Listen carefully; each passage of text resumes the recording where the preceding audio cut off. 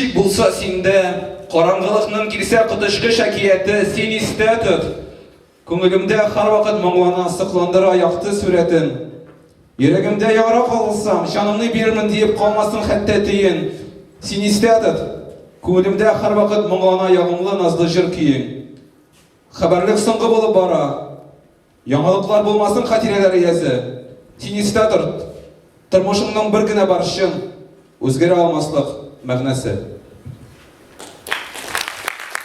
И второе, я поясню, если можно, историю, да, просто вот у нас был конкурс поэтический, нас попросили писать стихотворение про родной край.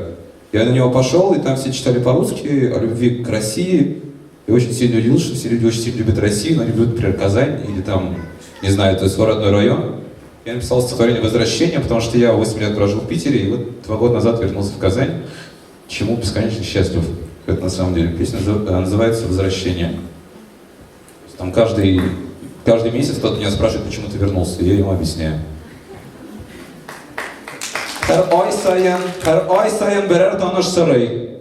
Нигә кайттың туган җирләреңә?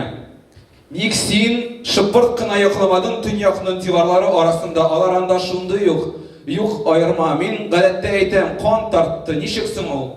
Кан яралар аша ага, кан тамчылап бетә ала, секундларны санап. Син әйтче дөресен. Мин карымын өскә өстим. Безнең гаиләдә әни саклый ачкычларны татар күңеленнән. Әнкәй янына кайттым. Безнең җирдә Казан саклый тарихның мизгелләрен. Казан янына кайттым. Безнең урамнарда дистәләгән дусларым саклый киләчәккә өметләрен. Дуслар янына кайттым. Кайвакыт Гафури, Баруди, Ясибгат Хаким буенча узганда, җил бәргәндә кызганмыйча яратып, яңакларга килә уйлар, бәлки кайтмас идем, бәлки хәтта нидер ят бер бинада үләр идем, әйе бүген дә яшәмим.